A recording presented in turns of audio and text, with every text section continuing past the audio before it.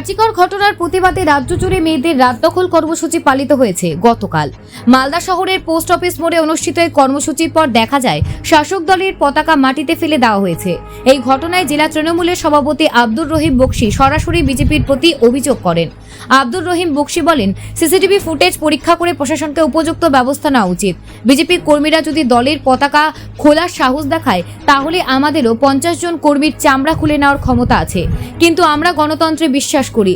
বিজেপির দক্ষিণ মালদার সাংগঠনিক জেলা সভাপতি পার্থসারথী ঘোষ পাল্টা আক্রমণ করে বলেন, আরজিকর ঘটনায় গণ আন্দোলন চলছে। রাজ্যের মানুষের ক্ষোভ শাসক দলের ওপর গিয়ে পড়েছে। জনমানুষের অসন্তোষ এখন শাসক দলের পতাকায় প্রতিফলিত হচ্ছে, এটাই তাদের ভাগ্য। মালদার পোস্ট অফিসের মোড়ের এই উত্তেজনাপূর্ণ পরিস্থিতি রাজ্য রাজনীতিতে নতুন মাত্রা যোগ করেছে। উভয় পক্ষের মধ্যে বাকযুদ্ধের পাশাপাশি আগামী দিনে রাজনৈতিক উত্তেজনা আরও বৃদ্ধি পাওয়ার সম্ভাবনা রয়েছে। Bureau report, news prime Times. প্রায় গত এক মাস আগে আরজিকর কাণ্ডকে কেন্দ্র করে যেভাবে গোটা বাংলার সমাজ আন্দোলিত হয়েছে, আজকে আমরা প্রত্যেক দিন দেখছি যে সমাজের বিভিন্ন অংশ তাদের যে আন্দোলন, তাদের প্রতিবাদ, তাদের ক্ষোভ তারা প্রদর্শন করছে।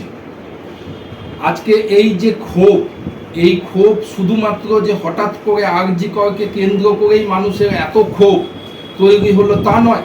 দীর্ঘদিন ধরে এই সরকার যেভাবে প্রশাসনকে কাজে লাগিয়ে গোটা পশ্চিমবঙ্গ জুড়ে সমাজ বিরোধীদের শক্তি কায়েম করেছে, সমাজ বিরোধীদের শাসন প্রতিষ্ঠা করেছে, এই ক্ষোভ পুঞ্জীভূত ছিল আর তার বহিঃপ্রকাশ আরজিকর কাণ্ডকে কেন্দ্র করে হয়েছে।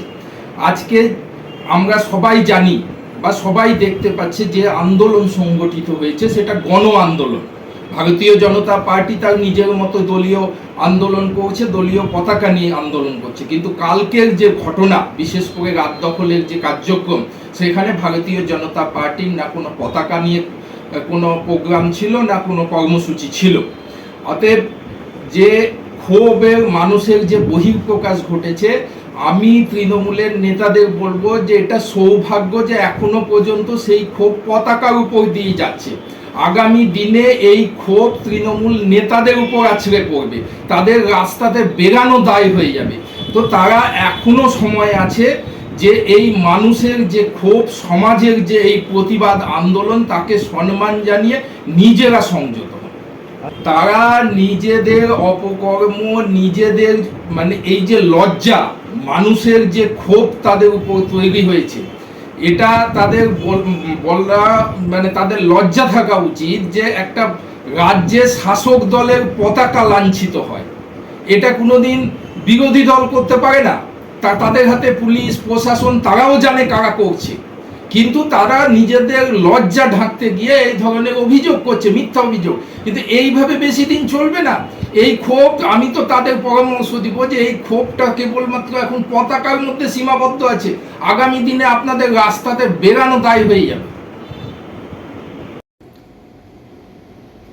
যে কোনো গণতান্ত্রিক আন্দোলন যা মানুষের স্বার্থে, সমাজের স্বার্থে সংগঠিত হয়, তাকে আমরা পূর্ণ সমর্থন করছি।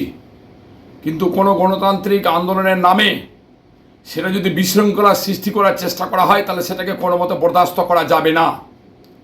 গতকালকে বিজেপি মালদা শহরের পোস্ট অফিস মোড়ে একটা মিছিল করেছে। যখন তাদের মিছিল যায়, তারপরে পোস্ট অফিস মোড়ে থাকা অসংখ্য তৃণমূলের পতাকা, ঘাস ফুলের পতাকা লাগানো ছিল সেখানে, সেই পতাকাগুলো সম্পূর্ণ ছিঁড়ে ফেলা হয়েছে। আমরা প্রশাসনের কাছে দাবি রাখছি যে আপনারা এখানে সিসিটিভি আছে, সিসিটিভি তদন্ত করে এফআইআর করুন কারা এই দুষ্কর্ম করেছে। না হলে তৃণমূল কংগ্রেস কর্মীরা কিন্তু থেমে থাকবে না। একটা পতাকা ছিঁড়লে তার বদলে গায়ের চামড়াটা 50টা লোকের আমরা ছিঁড়ে নিতে পারি, সে শক্তি আমাদের আছে। কিন্তু আমরা গণতন্ত্রকে বিশ্বাস করি, গণতান্ত্রিকভাবে চলার চেষ্টা করি। আমরা চাই অনতিবিলম্বে সেটাকে সিসিটিভি ক্যামেরা দেখে তদন্ত করে যে সমস্ত বিজেপির লোকেরা, যে সমস্ত বিজেপির দুষ্কর্মকারীরা এ কাজ করেছে, তাদের বিরুদ্ধে এফআইআর করে শাস্তিমূলক ব্যবস্থা গ্রহণ করা হোক। না হলে তৃণমূল কংগ্রেস কর্মীরা মাল্লায় রাস্তায় নামবে, বা রাস্তায় নামলে তার পরবর্তী দায়িত্বটা কিন্তু যে বিজেপি নেতাকর্মীরা অপকর্ম করেছে তাদের ঘাড়ের উপরে সে দায়িত্ব যাবে।